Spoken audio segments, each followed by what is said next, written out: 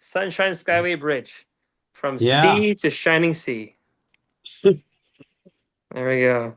And I did the Oh. same thing as you. That the top of the bridge is my hat. So Oh. just like yours. Yeah. So I Good. don't see it going live yet, Jeremiah. We It are says live. live. Yeah. Yeah, we're Okay. live. All right. All right. Welcome, everyone. We're so happy to have you once more for this Gleanings session. We are continuing the study of Gleanings from the writings of Baha'u'llah. We are working on this book, going through it, and we also welcome once more Mr. Peter Terry, the person who has been leading this discussion, moving through the book, discussing all the beautiful gems that we are finding as we, each session, one by one, turn over each stone that we find. We discover so many beautiful lated mysteries that, of course, maybe someone here has found another question they want to share. Mr. Peter Terry is going to continue the discussion and also addressing all of your questions as we proceed with the study of Gleanings. I believe, Peter, you had some homework assigned. Do you want to get straight to that, where we left off? Well, the homework. First of all, can you all hear me clearly? Because We I'm not. can. You can. Yes. Your sound Okay. is visible. It's not lagging. Your sound Okay. and your mouth move at the Excellent. same time. It's good stuff. Good. Eloquent and musical. So As so let Sharon me put it. let me tell you something that all of you might find interesting and spiritually edifying. Abdu'l-Baha visited a number of universities in the United States, some in England and one in, I think, Budapest, and he gave talks. And um, one of the places that he stopped, and which is now rated the #1 university in the United States of America, and the #3 university in the world, is called Stanford University. And I've been spending the day, actually a few days now, at Stanford University, working with various other people to bring in and catalog and scan and take care of the Baha'i collection, which is already very big and is destined, I think, to become one of the biggest in the world. So I just wanted to let you know that, because sometimes we struggle very hard to get a little bit of notice. And in this case, we didn't have to struggle, and we got this huge gift of having this repository of Baha'i literature in this very famous university, which is also has tremendous amount of money behind it. So it's going to stick around. It's not going to disappear at the time, which is very good for us. So I just wanted to share that with you because I knew that you'd enjoy it. So as far as homework, well, basically, if you have a chance to read the passages that we that are assigned for the week before the Wednesday, then you have a better understanding of what I'm talking about than if you don't. And if you don't, then you don't. I mean, it's not really assignments.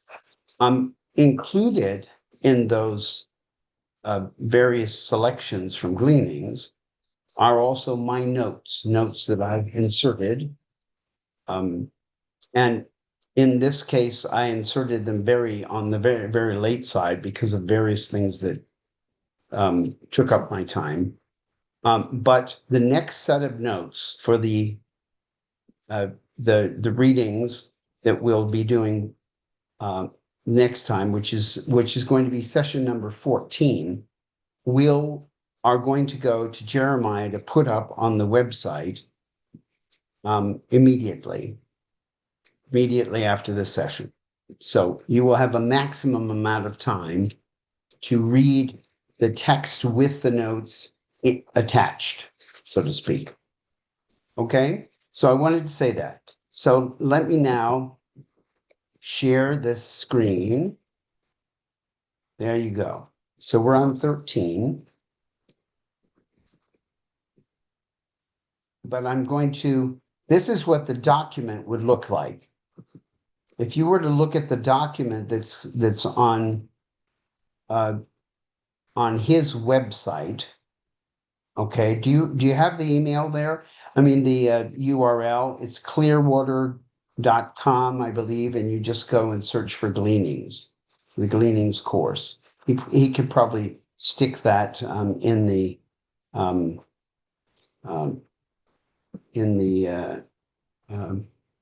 chat there. So now I'm going to stop share for just one moment, because what I'm going to do now, because now that you've seen what the format of the notes, what they look like, it's just a regular Word document. It's nothing really fancy. Now I'm going to go to Ocean 2.0. Ocean 2.0. And then I'm going to click on it, and then I'm going to go to courses, and I'm going to show you what this looks like, because it's really, they've done a nice job of actually improving the interface. So now you can see it, and it looks very nice.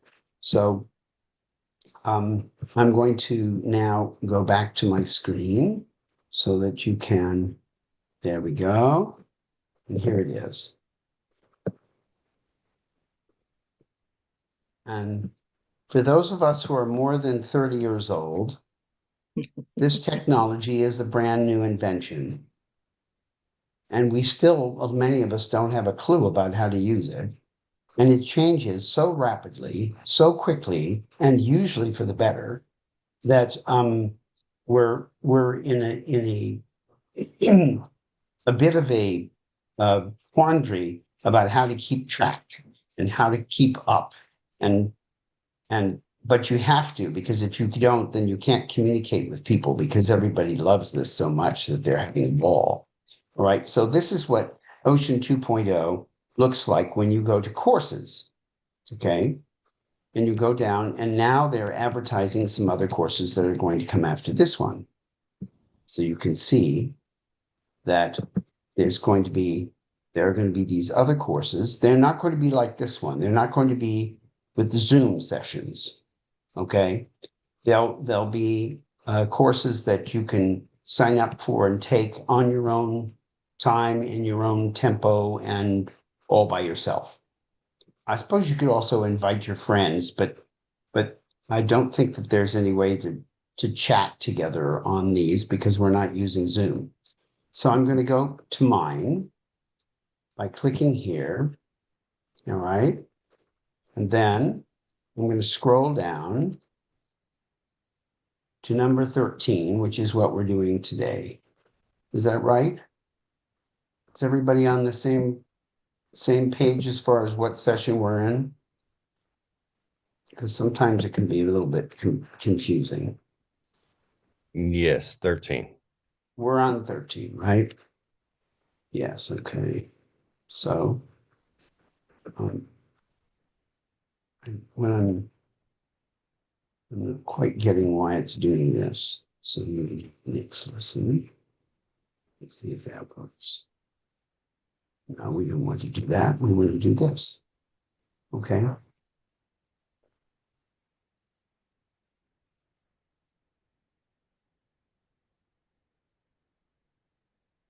think it's because this thing is over here. So I'm going to put it over here and then I can scroll.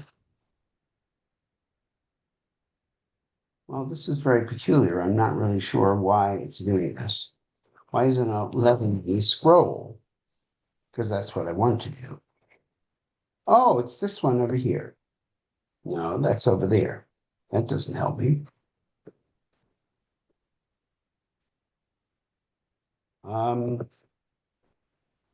Well, what should we do? Let's see. Peter, my There we go. suggestion for you This is is- to click on the student view, and it might be easier to manage.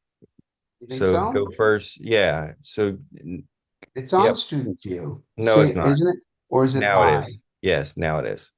Okay. All right. Okay. Let's see. Really? Except now I don't see anything at all. Now I scroll down and it's not showing. So that didn't work very well. Yeah, no, it's you probably have to go click on the next button. Next. Try Okay. hitting next. If not, I can take over and we can run it Oh, from. next worked. Okay. So that's fine. So we'll put this up here so it gets out of the way. So we have the first one, because this is Roman numerals for 20. No, that's all right. So anyway, I just wanted to make sure that we're in 13. We are in 13. This one up here is describing that we have 8 excerpts in this group, right? And if you read, I'm not going to read all the notes because you can do that for yourself, and it will then we can have more time to actually discuss the text. But this is giving an this on the Roman numeral, the note on that is giving you an overview of what these selections are about, right? And it includes the number of each section. Okay. Then we come down here, and these are the comments or the notes on this selection alone. Okay. And so I don't know if you've had a chance to read these and think about them, and I don't know if you've written down any questions or any, if there's anything that you've been reading that you found to be incomprehensible, and maybe my notes made it even more so. That's fair enough. I mean, that does happen, We've all been to university and we see how a professor can make a simple subject incredibly complicated so that nobody in the class actually knows what he's talking about. So yes, I'm capable of doing that too. Um, and um, but you may find the notes to be helpful in some cases. Okay. In any case, they should be thought provoking.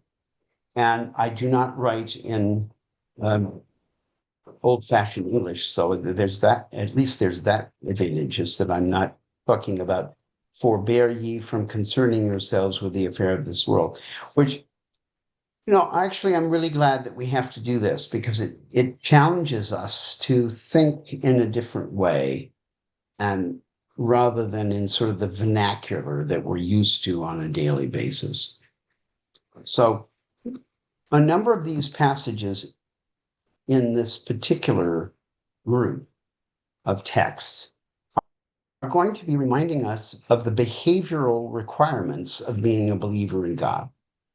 Because we can't simply believe, we can't simply say, I love Baha'u'llah or I love God. We have to actually change our behavior from what it probably was before. And that requires a huge amount of work and daily vigilance. And there's no way around it because we're not really Baha'is unless we live as Baha'is. And so a lot of these passages are actually talking about that, and they're talking about what happens if you don't, and what happens to those people who are leaders in this case. Here he's talking about, and you're familiar with the Baha'i principle of Baha'is should not be getting involved in politics. Well, this is one of those statements where Baha'u'llah makes it himself. Forbear ye from concerning yourselves with the affairs of this world and all that pertaineth unto it, or from meddling with the activities of those who are its outward leaders. And important thing to note is that he gives an explanation of why. Why is it that we're not supposed to be futzing with this sort of thing? Why, what other things are we supposed to be doing instead? And we will see examples of that here. All right. And here what is Baha'u'llah talking about? He's talking about don't be distracted by all of this nonsense that's going on in the world, which is not important, and focus on this, which is, please God, they, speaking of us, one and all, be enabled to unlock through the power of the most great name the gates of these cities. He's talking about the cities of men's hearts. So that he's talking about teaching the faith. And there are many passages in Gleanings that are about teaching the faith. You could say that it's probably the most covered theme. But it doesn't just tell us to teach the faith, it tells us how to teach the faith, which is very, very important. All right. And then this passage, I wanted to point out a couple of things. One thing that was really fascinating, he says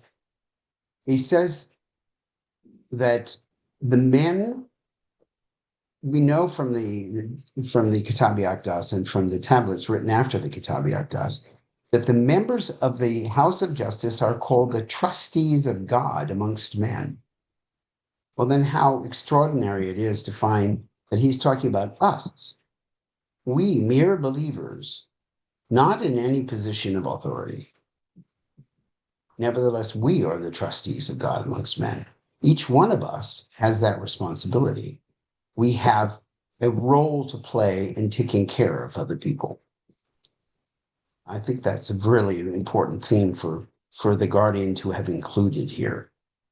Then in this passage, he's talking about he's talking to a believer, a very highly renowned believer of the time, who was called Sacrifice, because that's what Vabi means, is sacrifice. He was called that because of his detachment and his great love of the cause. He was a Baha'i, and then he became a Baha'i. And there's a note here, which is talking, this is really interesting. Baha'u'llah talks not just about the power of the manifestation, he talks about the power that it comes through the believer who actually follows him, the tremendous power that we channel in our teaching of the faith and actually in our daily lives. And then in here, he's talking about the sufferings of the manifestation, and in this case of himself, in this passage here. And then he talks about what so often happens is that most of humanity is turned away from the manifestations and their message. And he calls on Dhabi and thereby to all of Baha'is to abstain from vile and contemptible deeds. It's interesting because, Baha'u'llah never tells you have to abstain from thoughts.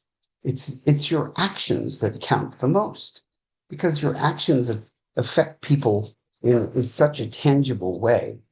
And we know each other by, as Jesus put it in the Gospels, you are known by your fruits.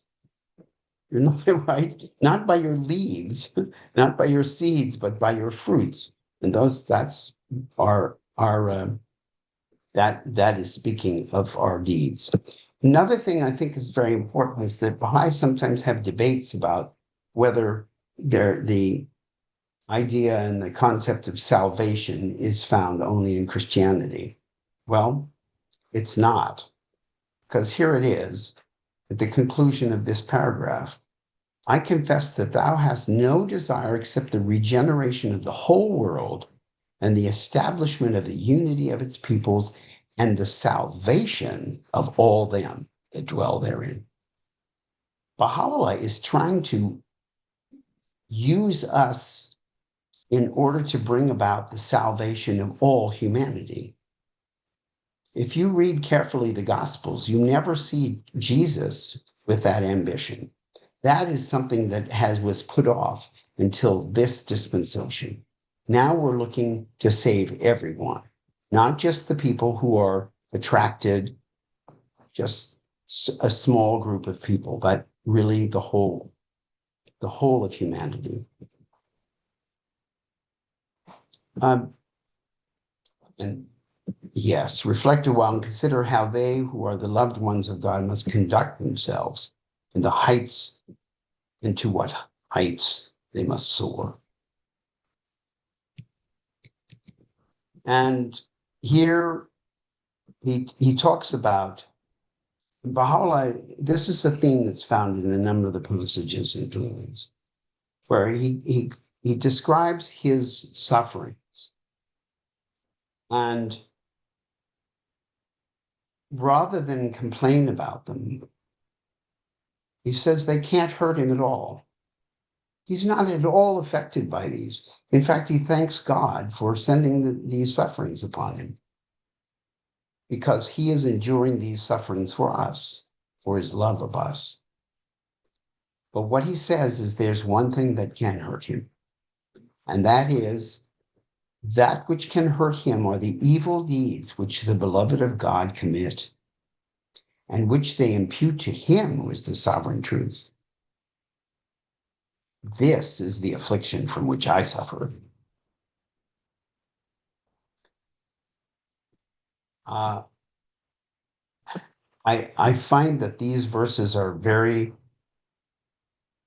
important thing to revisit regularly, so that we understand that when we don't live up to his standard, that we are hurting him, not just ourselves, not just each other. We are greatly sorrowing God, the manifestation of God himself. Now, this is the next passage. He talks about he says, in this most mighty revelation, all the dispensations of the past have attained their highest and final consummation. When I read this, for many years when I read this, I thought, how can this be the case when he said there are going to be manifestations of God coming later? And how about the whole principle of progressive revelation? It's supposed to go on and on and on. So why would he say that it's over? But he doesn't say it's over. I didn't read it properly. This is how he means it. He says, the dispensations of the past have attained their highest and final consummation. He's speaking about the transition between the cycle of prophecy, which is fulfilled in the Bab and Baha'u'llah and ends with them, and the beginning of the new cycle, which is the cycle of fulfillment. The cycle of fulfillment lasts for at least 500,000 years. So yes, Baha'u'llah was the final consummation of the cycle of prophecy. That's why his writings are full of references to being the fulfillment of the promises of all of the manifestations that came before him. But it does not say that he's the last prophet. No. Indeed, in this new cycle, we don't speak of prophethood, really. We speak of manifestations. Because the prophethood was always the attribute of the prophet who was predicting the coming of this age that we're now in. The prophecies have all been fulfilled. So I shared those thoughts with you because I got trapped into misunderstanding this and allowing it to cause doubts in my mind. And how can that be true? Well, it wasn't true. I made it up myself. How about that? And here's talking about the Bab as his previous manifestation, as well as the harbinger of my beauty. And And here he's speaking here about the Baha'is who turned against him, of which there were many, and then the other people also, but especially to those people who said they believed in the Bab and then they rejected Baha'u'llah.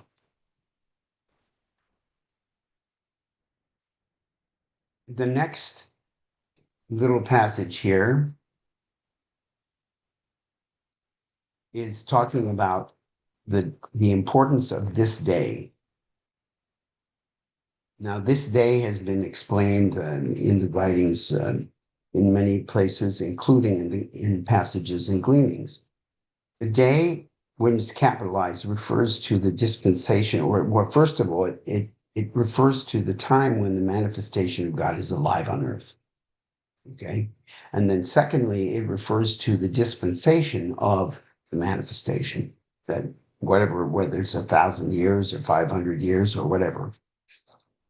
In this case, it's referring to the coming of the beginning of this new cycle of human existence. So when he says, immeasurably great is this cause, mighty, inconceivably mighty is this day, he's referring to that. And there are many, many references to this because we need to understand as Baha'is that Baha'u'llah is not just another prophet. But on the other hand, don't exaggerate because he's not God. He's a manifestation of God, but he's introducing humanity to a whole new realm of their existence, of our existence. And so we can't even possibly at this point conceive of how glorious this is because we're just on the beginning of it, at the very beginning. Imagine, what is the first 100 years in 500,000 years? Not much, right? Here he's encouraging Zabe to be, to not allow selfish desires to in any way affect him, and to be absolutely unmoved in his dedication to the cause. And of course, in the notes, I probably talk about this in more detail, but I don't want to go there. I want to go here to the next text. Okay. Now, this is a text from a different place. This is a text that's from the original, the Surat al-Haykel, it's called. The tablet of the Haykal, which means temple. It's one of the meanings of it is temple. And this was the part of the Surat al-Haykal that was addressed to all the kings, Christian kings. So what does he do in this passage? He begins by quoting the Gospel of John. I go away and come again unto you. And then he says, when he, the Spirit of truth, has come, he will guide you into all truth. These are quotes directly from the Gospel of John. And he says, I am the fulfillment of these. Can you imagine? There's nothing more clear than this. And I don't, Baha'is need to be citing this all the time when they're teaching Christians, when they feel that the Christian is, capable of hearing the real truth from Baha'u'llah. He doesn't mince words. He tells it really like it is. And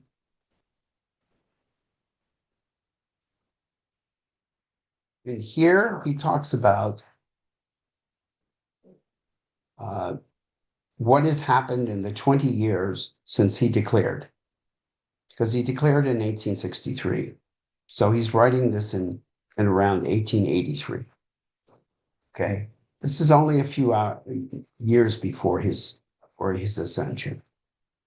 And he's talking about how these kings have behaved and what kind of behavior they permitted. And he takes them to task.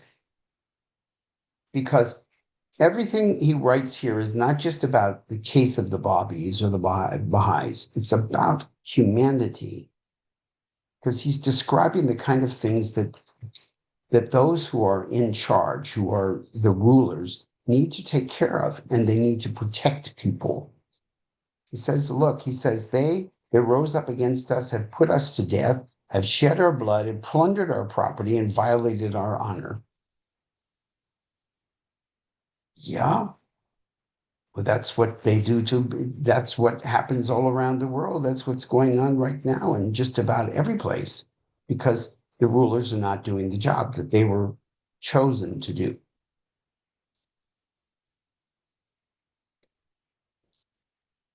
He also says here, is it not your clear duty to restrain the tyranny of the oppressor, and to deal equitably with your subjects, that your high sense of justice may be fully demonstrated to all mankind?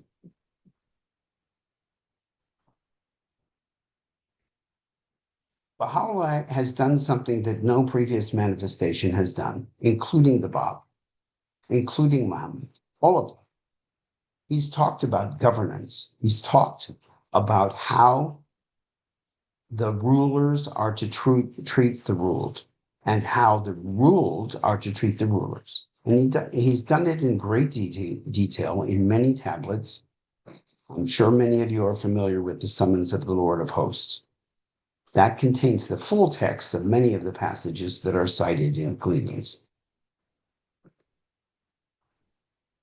But really, if you read the ones in Gleanings, you've got a very good understanding already of basically his message to those who are in charge of government. Let's see, and then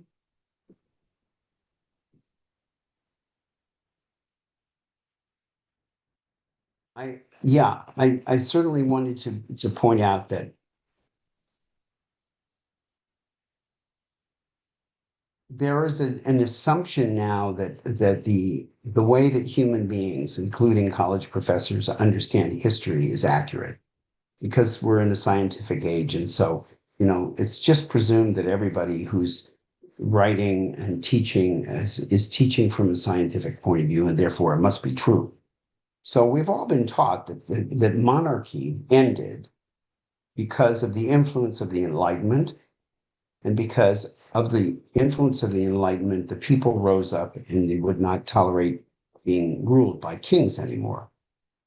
And that's a certain perspective. But Baha'u'llah makes it very clear that the reason why the kings of his day lost their thrones was because they didn't listen to him.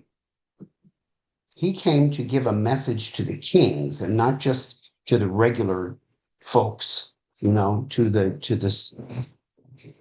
the people. Yes, the people also. And he had very severe words as a result of their rejection of him and his revelation. As a result of that, what happens to them? Excuse me, because my computer is misbehaving. So I have to go down here again.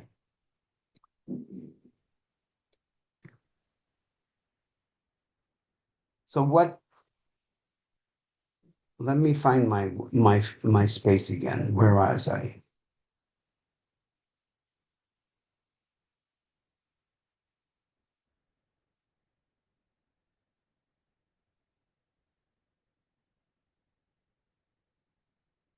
I think I'm going to go here. No, I'm sorry, I've become sort of lost because I touched something on my computer that took me to a different place. Okay. So yes, so what I intended the thought I wanted to complete for you is that the rendition that we've been told is that the reason why monarchy was rejected was because we found that the people were not being treated properly, and therefore we rose up and rejected monarchy and it went away. But Baha'u'llah gives us a different perspective. He said, if the kings had obeyed me and they had treated their people with justice, we'd still have monarchy.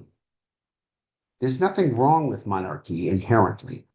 But what happened was the kings didn't obey the manifestation of God, didn't follow the teachings of the manifestation, and that therefore all power was taken from them. And there's specific, very short verse in which Baha'u'llah says this, which you've probably seen in the Promised Days Come and sometimes in other locations as well.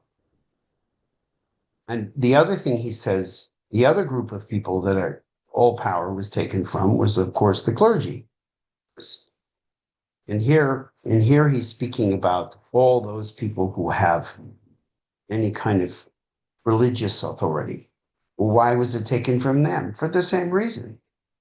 Because there's nothing wrong for there to be learned people in religion. But if the learned people in religion reject the manifestation of God and do not and prevent others from recognizing the manifestation of God, well, then they're doing more evil than good. And then they deserve to be deprived of any of their of any influence at all. So he says both monarchy and clergy, from both of these ranks, all power has been taken. So now I'm sure that there are going to be some people who are going to be thinking, but then how does that fit with the fact that there are theological or theocratic countries in the world, that there's something like 54 Islamic countries that follow the Sharia, and they follow the Sharia because they are told to do so by the mullahs. Well, one of the things we're seeing, in those countries in particular, is that the people are turning away from religion because they can see that these clergy are doing bad things a lot. And so consequently, they don't have the authority they used to. They used to have tremendous authority. Now they only have authority that is protected by government, that they have a government that's siding with the clergy, and that's forcing the people to have to at least outwardly show their allegiance to religion.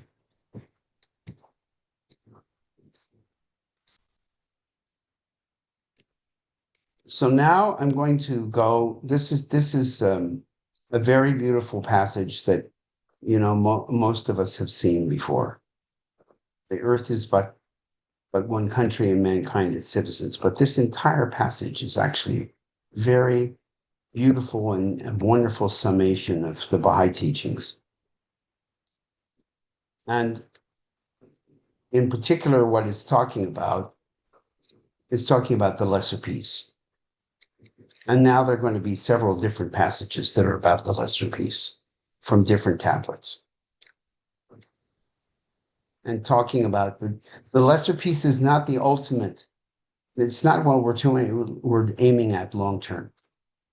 It's a step on the right direction. Here, this is also about the lesser peace.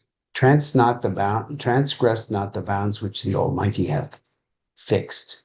Observe the injunctions laid upon you in his book, and take good heed not to overstep your limits, their limits.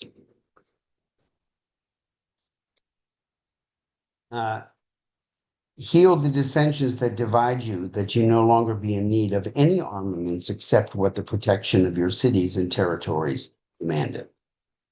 These are all about the lesser peace. This is what is the lesser peace is about establishing order in the world. So there is no war, but there's also no other conflict.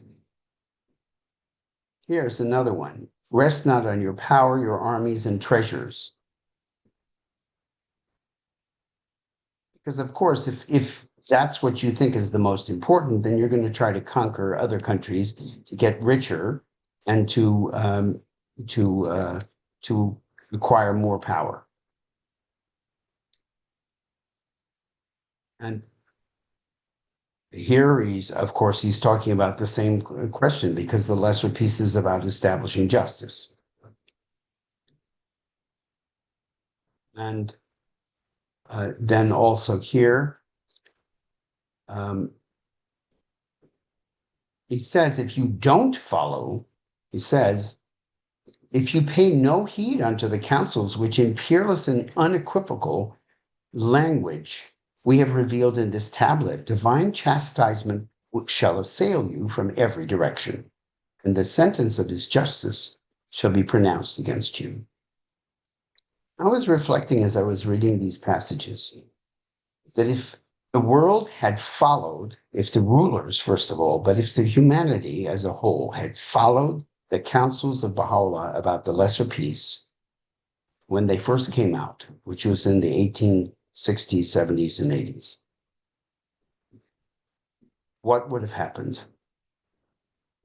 No World War I, no World War II, no Vietnam War, no Korean War, none of these wars. No war between, Russia and Ukraine, no war in Palestine. None of these wars would have happened, not a single one. And we look at how fearful we are about our future. We're always wondering, what's going to happen next. That's all coming from this fear that's generated by the fact that we haven't followed the law. The law is no more fighting. Stop it. Okay? And if anybody dares to start a fight, then you gang up on him and stop it. Because the lesser peace is all about that. It's not just about the nice, gentle approach of seeking peace, because it's also there's a default, and that is if you break the peace, then everybody is going to stop you because we're done with it. We don't have it anymore.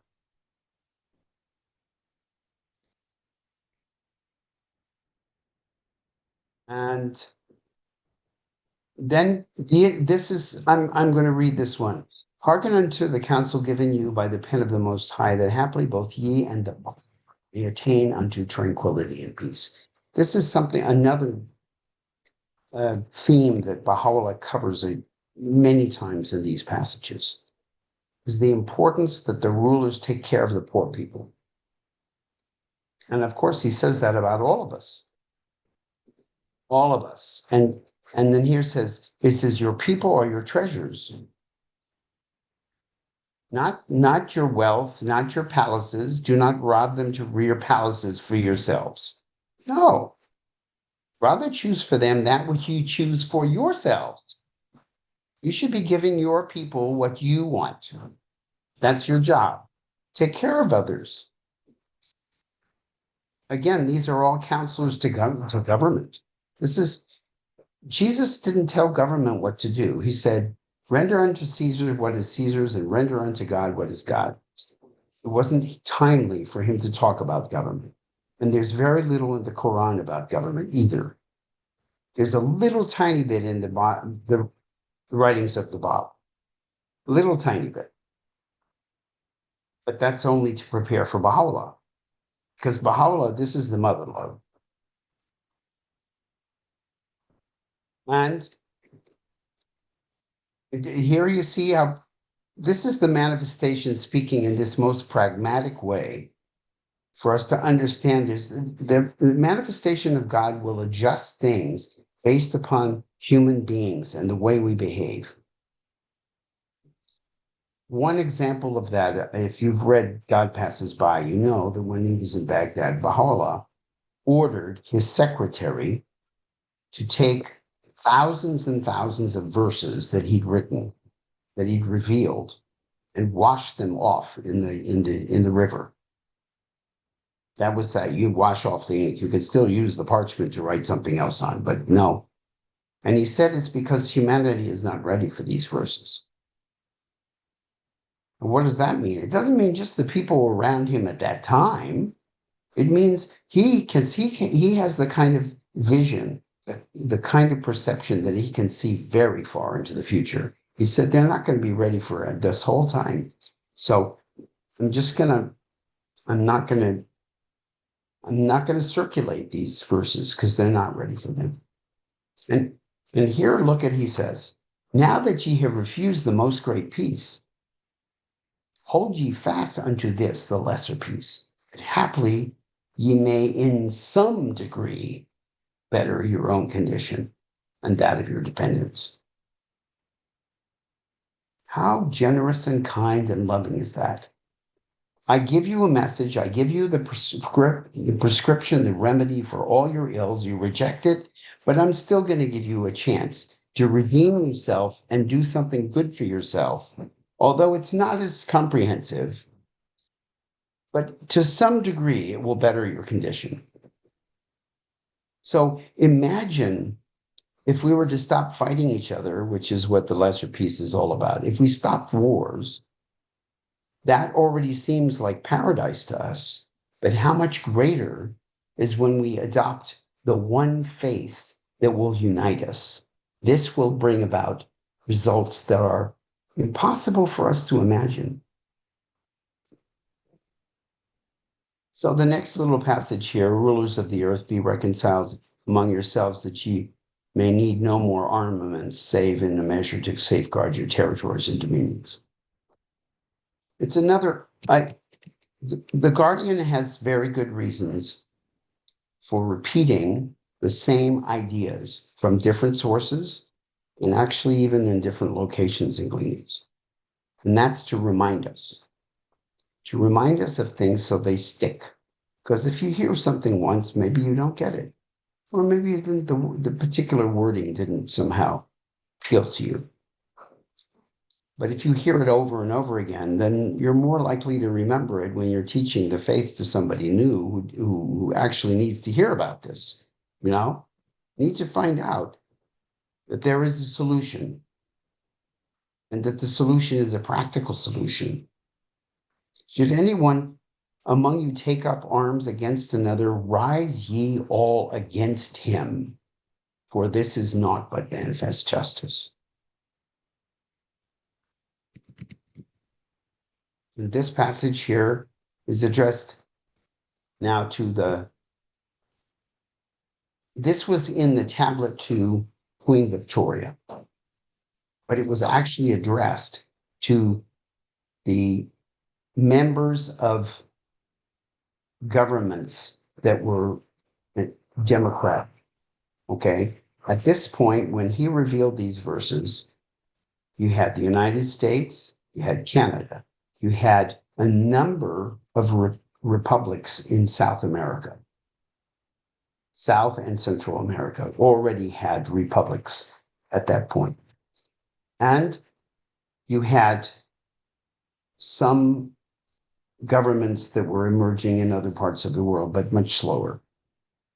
But this was the new form of government. It had never been tried, before about 100 years before Baha'u'llah came, and then it was very slow in growing. But so this is addressed to them. And the counsels that he gives the representatives of the people, the democratic governments, are virtually identical to those that he gave to the rulers.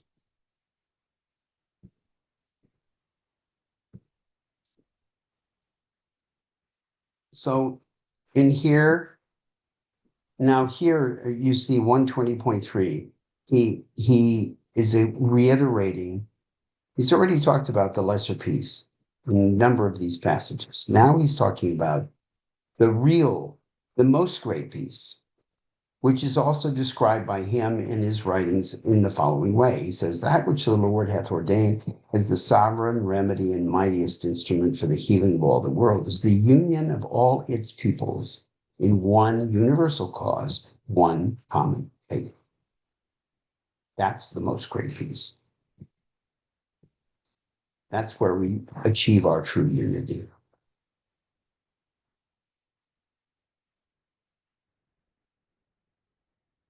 And in this passage,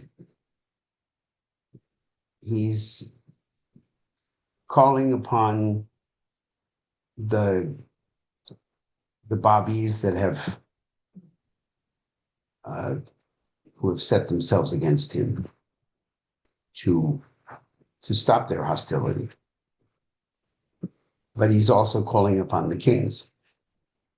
He uses very general language sometimes in order to make it clear that these are commandments that go out to everybody.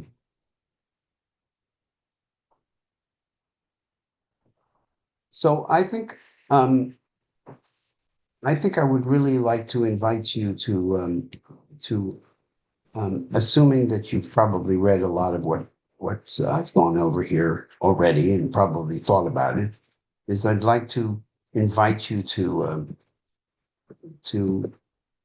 comment or ask questions, to actually engage in a conversation about these ideas. They are, as you can see, most of them are pertaining to governance. How do you run a government? And we live at a time when probably most of us have never lived under a monarchy. We've lived under some sort of democratic system of government. And so that's our experience. And it's maybe difficult for us to put ourselves in in a place where we can really understand how these would apply in a monarchy. But then we can think about how do they apply in the kind of government that we're living in. How would it be if the people of the world were to embrace not only one system of law and one system of government, but what if they were to actually adhere to the commandments of the manifestation as the base, as the constitution, as the fundamental law of governing their societies? It's an idea that's really kind of hard for a lot of us to get our heads around, because we've been brought up in the belief that religion and government need to be separated, and that they should not be brought together. But I'd be interested to hear from you and hear your ideas of how do these teachings of Baha'u'llah stir up a pattern of thinking in your own movements? And how would you apply those principles to your own lives? So let's see who can be persuaded to put up their hand and jump in. Sharon, please. Oh, of course. Well, actually, Peter, there are lots of other, in some of the tablets, I think it's in the Surah Haykal, but Baha'u'llah goes on to express about this kind of monarchy. And he says that it'll be hard pushed to find somebody to actually assume that role, because it doesn't necessarily mean, like it has in the past, a hereditary role, because it's been monarchs, their families, their cousins, and so on. And also the other part of that is very interesting. And I just want to quickly say, thank you for your notes, because they give, it's not just because they're written in stone, but they actually motivate your own ideas to have a conversation with them as well, which is lovely. And in such pure and easy to understand non-textual language, which I love the word, as you know. So thank you for that very quickly. And the other point about this is that I think it's that tablet, but he admonishes, first of all, he compliments the Queen for the way that she is more democratic in inviting people into, well, she does something that he, is part of the way that the future monarchs will rule. I mean, she is more democratic or something. Anyway, you can look at it for yourself. But the other part of that is very important. When he's giving that admonition, he says to the kings, look, you're sitting up there, but those people, all that you have is really theirs, and you are just ruling that. And so there are principles enshrined with every bit of conversation he has around that. If you look at the underpinning principles, which he instills into that, it gives guidelines into what you would be looking at for a future monarch, because that isn't anything like the monarchs we've had, which have been, successorship and not necessarily or not. It's going to look something quite different. So I just wanted to comment on that, and thank you. Yes. Yes, thank you for your comments. As far as the passage where he's talking about the kings of the future, and he says that the kings of the future will only be persuaded to become kings if they are willing to implement the law of God. In other words, the only thing that would motivate somebody to actually be willing to become a king is because they love God and they want to apply divine law. Because it will be impossible for somebody to even conceive of becoming a king otherwise. And I think we can see that in the world. It's become really impossible for one person to run a country. It's become impossible. It's too complicated. And so one of the things that the Guardian talked about is that the role of the legislature will be very strong in the future, and that basically the king will become the CEO who implements the decisions of the legislature. And that would be true long before the Baha'is become the majority of the population, because we have an institution that you know of by different names, which comes right out of the Lesser Peace. And it's the institution of the divine tribunal, the world tribunal.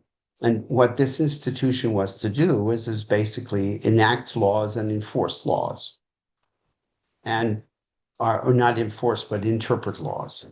And so that's what it does. And it's very, very critical. And that's also been part of the Baha'i teaching from the very beginning. In 1875, in the epistle, in the Secret of Divine Civilization of Abdu'l-Baha, he talks about how it's very essential for a king to have a governing council of people who are deciding on questions of law. That's not the CEO's position. They're not supposed to be doing that. They're supposed to be governing, and governing is not legislating. It's a separate function. And he also, and Baha'u'llah says it right in his tablet to Queen Victoria. He says it's a good thing that you have created, that you have this parliament that's working with you.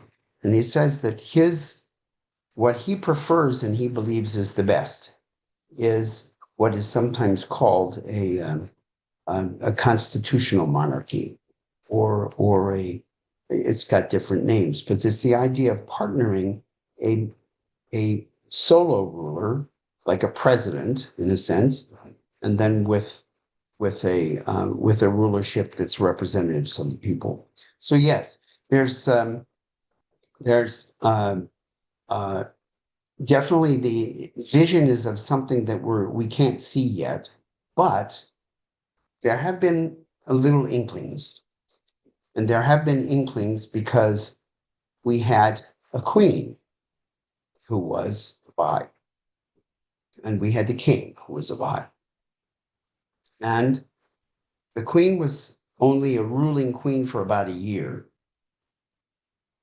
Does anybody know her name?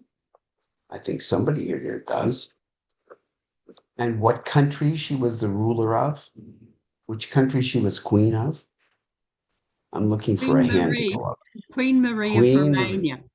Of Romania, exactly. And who taught her the faith? Martha Root. Martha Root. Martha Root, exactly.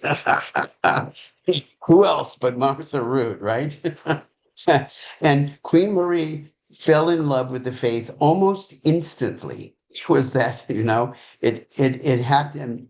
And we should never discount the influence that she had on the world at that time. It was a big deal for a queen to become a Baha'i, okay? And the other one was king for quite a few years, And does anybody know who he is? I think he was The from King of Samoa.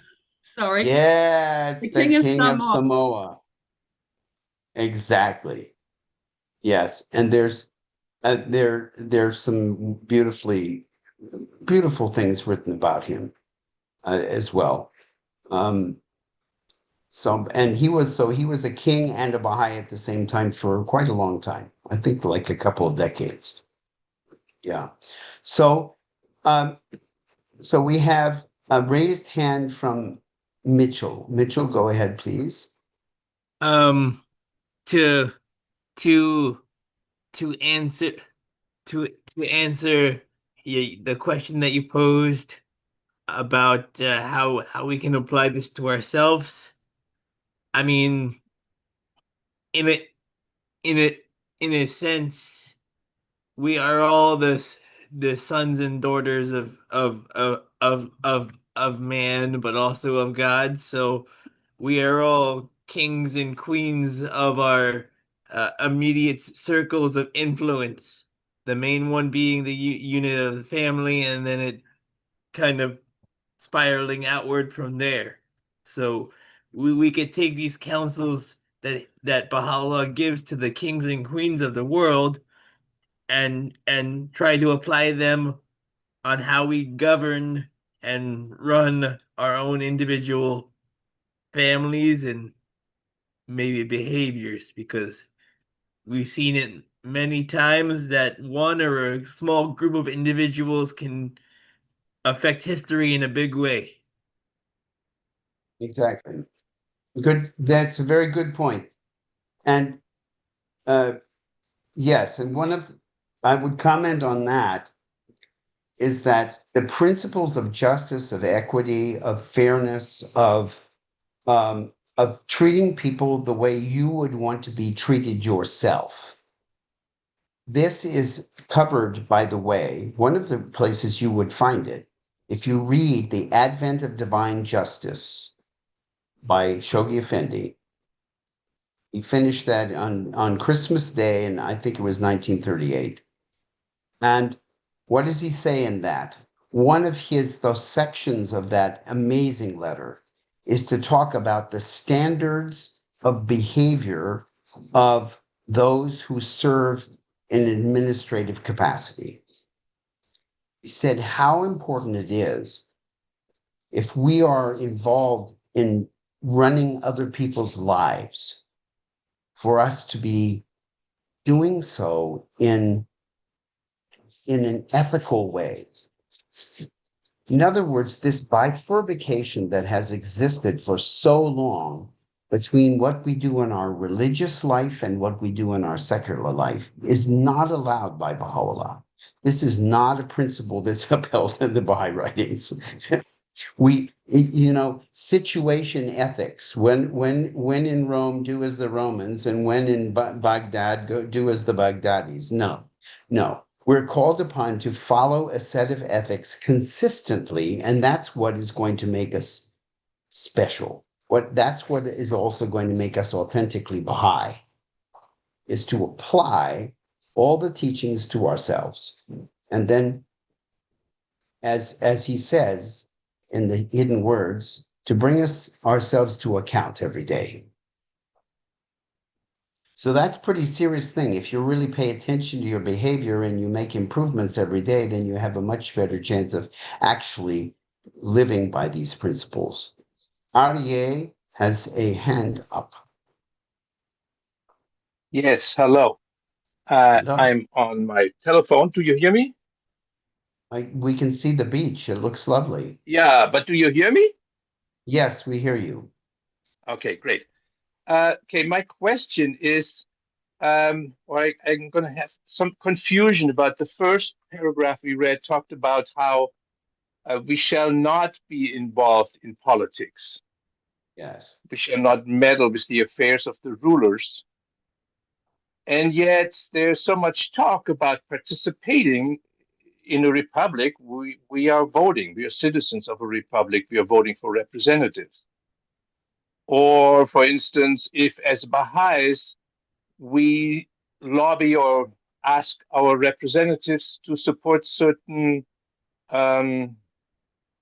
resolutions about the treatment of the Baha'is in Iran, which is really meddling with the affairs of the rulers. Or if I'm concerned about any of the problems in the world, and I would join a group that tries to work on finding better solutions. So maybe you get my drift. It's a little Yes. muddy. I don't quite know where to draw the line there sometimes. Yes. I'm pretty clear in other places I've read that we shall stay away from partisan politics. And I certainly don't have any desire to join one party or the other, because I understand that's divisive and that's against the Baha'i concept of unity. But I am confused about this really strong interdiction about getting, meddling in the affairs of the rulers. And So my understanding of it, and I want to tell you that if you're confused, it's because we are all in the process of trying to understand these teachings of Baha'u'llah, which are not all, they were not obvious, and particularly when we look at how to implement these teachings in the world around us. And just because he says, we read a statement of his in one context, but maybe we're not aware of other statements that he made that would make us look at things differently. You see, because it's his whole message that's actually the message that is that's important for us to implement, not bits and pieces. The bits and pieces actually are only understood often when we bring them together. So I'll give you an example. For example, Baha'u'llah did not regard, he was very adamant to the kings that he wrote to, that I have never done anything against you. I've never opposed your regime. I've always been obedient. But that doesn't stop Baha'u'llah from saying it's not fair for you to be oppressing my followers and taking away their property and killing them. It's not fair. Now, that's not meddling in government. That's advising a monarch, in this case, the person who's in charge, the person who's responsible for rectifying the bad behavior, for changing his behavior, informing him that he's doing something wrong. That we are permitted to do. Abdul Baha did it, and the House of Justice does it, and we are sometimes called upon to do it by the House with very strongly. He says that there's a situation you need to respond to immediately, but that's not meddling. It's not meddling. It's expressing our convictions that ethically something's wrong. Something is being done that's contrary to the teachings, and we're standing up for the teachings, and we're saying the teachings need to be implemented here. And one of the examples is if the Baha'is do not speak up in defense of their fellow believers, who will? Who will? And so Baha'u'llah has always spoken up to defend the Baha'is and to defend later the Baha'is, because it's a principle of justice that we should object to people being treated unfairly. But that is not the same thing as meddling. Meddling is actually getting involved in the very act of trying to get things done. And meddling assumes, the very word meddling assumes that you're doing it in an unjust, in an unethical and deceptive fashion, right? It's one thing for somebody to be in a position where they are, let's say if you are a representative that is selected by the National Spiritual Assembly to advise a particular governmental function. For example, we have the Baha'i International Community. Those are people that are chosen by the NSA, and there are other people who are chosen by the House of Justice who are sent as emissaries to actually speak to the government of a particular nation and advise them to take actions in a certain way. That's not muddling. That's completely above board. There's nothing sinister about it. There's nothing illegal about it. There's nothing disordered about it. It's simply speaking in favor of justice. Now, where something becomes meddling is something that we have to determine for ourselves, because clearly there were some Baha'is who felt during the civil rights era that it was inappropriate for them to speak out against blatant racism. But there were others who disagreed, and they took action. And the Guardian was asked if it was okay to participate in demonstrations against racism, and he said yes. So clearly, this is where finding the right way to respond to injustice is very important, because if we simply respond to injustice the way that people have in the past, then we become perpetrators of injustice ourselves, because it always goes over. I mean, the French people who had the intention of, trying to moderate the behavior of their monarchy started out with the best of intentions, and they ended up burning down the palaces and slaughtering the aristocrats and the monarch and their whole family. And they did the same. The Bolsheviks did the same thing in the USSR, and that's happened many, many times since that time.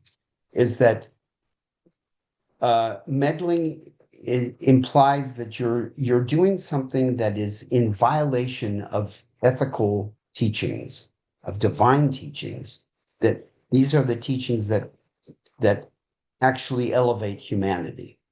And if we do the right thing in the wrong way, it's bad. It doesn't have a good result. And this is, I'm recalling something that I love. It's a story that I recall very clearly from my youth, where Gandhi was asked by a woman who came to him and asked him, there's a strike that's has become very an important political effort in India, that we're being taxed on the salt that we dig. We are, providers of this salt, and we're being taxed by the British government. And should we join this movement and refuse to use the salt that is sold to us by the Brits? And he says, come back, please, in a couple of days. So she came back in a couple of days. And he said, yes, you should strike. You should refuse to use the salt that you're being taxed for. And she said, why? Why did I have to wait 2 days? And he said, because I hadn't given up yet. So this is a very clear principle that we find in the Baha'i writings. We have to actually walk the talk.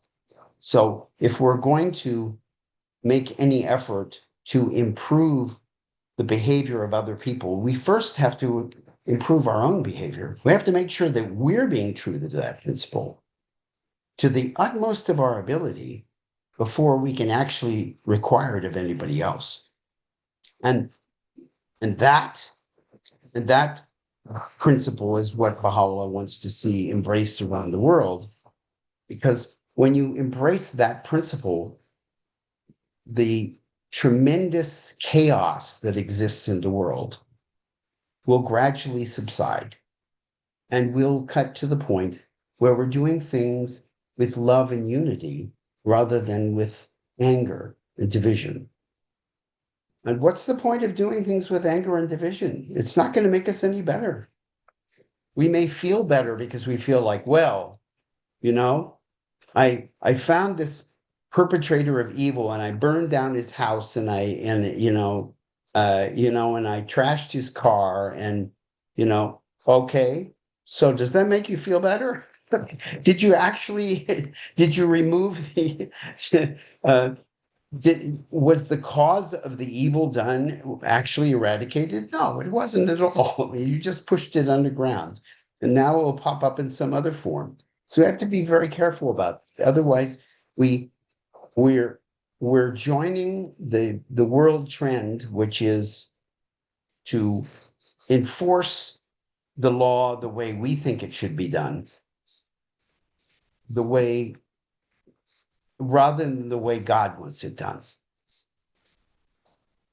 So that's I hope that I haven't further confused the principle, but that's what I believe is really at stake here, is that we have to go about things in a way that brings about the real objective, and the real objective is the reign of justice on earth, and the reign of justice includes love, unity, and peace.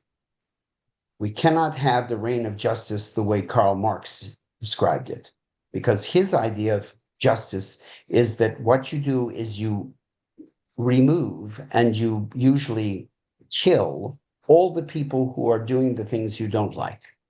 And if you do that, now we know from 150 years of Marxism that what takes the place of the oppressor is a new oppressor. And that person becomes the oppressor.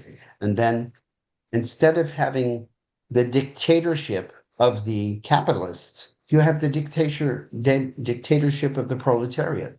And it's no better. It's not better at all. We don't want Thanks that. for your Baha'u'llah thoughts about doesn't want this. that. Yes? I said thank you for your thoughts about this. You're most welcome. Is there some other person who wants to say something? It's just me, Peter. Sorry, you know I'm wordy. All of that, what you said, because you've looked at it and defined out, but we are very lucky in this point of time because we have the matrix of governance. And I think we as Baha'is and myself too get very confused about the word politics, is that the past political setup of dog eat dog and power over power, etc. In every system, you mentioned Marxism and so on. I could mention colonialism because its roots lie in that, okay? And I should know. But what my point about this is that, yes, we're in a stage of transition. We have the matrix. We have a democratic, socialistic, and many other elements in a process that the nucleus of which we are working at from in our families, in our communities, and in our societies, in our nations, and internationally. Now, those patterns mean that Sharon gets angry because somebody's called her black. So she's furious and she feels like, okay, they're oppressing me. I'm angry. But if I can go to my local assembly, or if I can go to a group full of people who use prayer and who use consultation, that may help to channel my righteous anger into trying to resolve that problem that could become, you know, violent or could be disruptive and could make me hurt, my heart hurt in the face of my beloved because I have done something that is against the Holy Spirit. Understand me? So my point about this is that mainly when we talk about politics, we get very kind of like, because of what's going on in the world, I mean, everything that we've loved is being weaponized into politics, economics, religion, everything. So my point being this, I know it's a very hard transition, but if we can look at the nucleus, if we can look at the administrative order, if we can look at the way that's elected, it helps us in our moments of angst and feel injustice to actually say, okay, we've got to practice this because like it's never been done before. So we have this model, and yes, we get it wrong sometimes and we get it wrong other times, but I would rather, myself personally, be able to consult with a group of people out of which a better solution is going to come than me, Sharon, being, trying to think this through on my own. We're not alone in this. So my point is that partisan politics are all that are forbidden to us. And if you have any problems and you want, in my country, peaceful protest is legal. It's legal on anything and any issue. In Britain at the moment, people that are protesting and being called terrorists because they're protesting a different regime. My point being that locally, nationally, internationally, and regionally, as this practice spreads not only from within our own nucleus, but out to society, we'll have more tools to work at defining body politic and governance, as opposed to the absolute cancerous materialism and greed that now governs our systems, our administration, which is failing. Thank you. Sorry for being wordy, and thank you for what you said, Peter. Sharon, I love your eloquence and your passion, and you said something that actually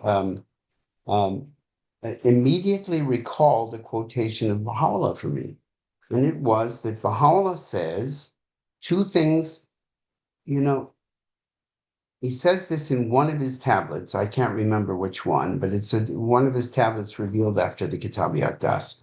And he says there are two things that we must follow, and that one is consultation and the other is compassion. And it occurred to me that if we were to treat our local communities as if they were group therapy, then we would go and consult with each other and show compassion with each other. And then all of the difficulties that we encounter in our lives would be shared and resolved collectively in our own communities.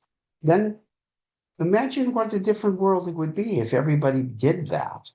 If everybody, were to take on the task of being part of the healing of their neighbors, of their relatives, of their, of the people they work with. Because consultation and compassion, when you have consultation in partnership with compassion, then you're solving a problem collectively with everybody's input, with everybody's and compassion is all about love. It's about the heart. Consultation is not good in itself unless it includes the emotional. How often, if we've engaged in consultation and done it purely rationally, we're missing out on something. We don't know what it is. Well, he tells you what it is. It's compassion. It's not just listening to somebody, but listening to somebody as if that person was your child or your grandmother, with that love and with that, in a sense, even reverence for the person's expressing their views. Then you're not looking to have somebody tell you the same thing that they're saying. No, you want to hear whatever they do have to say, whatever comes from their heart. So I think that's something for us to consider, because when we want to express ourselves to our government, and I'll tell you personally, I write letters to my presidents, I write letters to members of my Congress. I do not engage in trying to lobby for anything, and I don't engage in any protests or anything like that, because they don't appeal to me at all. Spiritually, I'm not drawn to that, but I express my views to the people who have been elected to govern for me. And I consider that to be an obligation, but I know that not very many people do it. And I think that's, and when I do address myself to those people, I try to do so in a respectful and in a compassionate way, and not just sort of rail on them and tell them how awful they are, because I don't think that really does help. And I'm not sure that it would make them any better. But I think that if I can be sympathetic and I can but I can also express my personal views when I think that something is not being done properly, that I'm making a contribution, and I'm making a contribution that somebody else needs to make a different contribution. Maybe they're going to make that call. We had a guy named in America named Ralph Nader. And I'm mentioning him because, of course, he's really the opposite of, he was definitely meddling in politics, okay? But I have to say that he was meddling in politics in a legal manner and in a very ethical manner, okay? He did not go and burn people's houses down and say awful things about them. He didn't do anything like that. What he did was that he would call members of Congress at any moment, he'd get their telephone numbers and call them on the weekend. He'd call them at night because he was trying to get a very dangerous car banned. Banned. He wanted to get rid of this car. It's killing people. People are driving the car and they're dying. And he was successful. And he was successful, but he wasn't successful by using illegal means. He wasn't successful by running for political office and bad-mouthing another candidate and doing all the stuff that is done in most party politics. He didn't do any of that. He just made it his cause. And I don't see anything in the Baha'i writings that tell us that we can't get involved in making positive changes, but we have to do it the right way. We have to do it the way that it's going to have only good outcomes, no bad outcomes. Because if we do it by demonizing other people, if we do it by dehumanizing other people, really, then it's no good. It's just perpetuating the divisions, and it doesn't actually accomplish anything. And so, like you said, you bring your problem to your community and you consult about it. And if the assembly is doing their job right, or the consultation at feast is doing it right, or you just get a bunch of friends and you do this informally, if they're doing it the right way with compassion and keeping the teachings in mind, I bet you that in almost 100% of cases, you walk out and you know what you need to do next. And your anger has gone.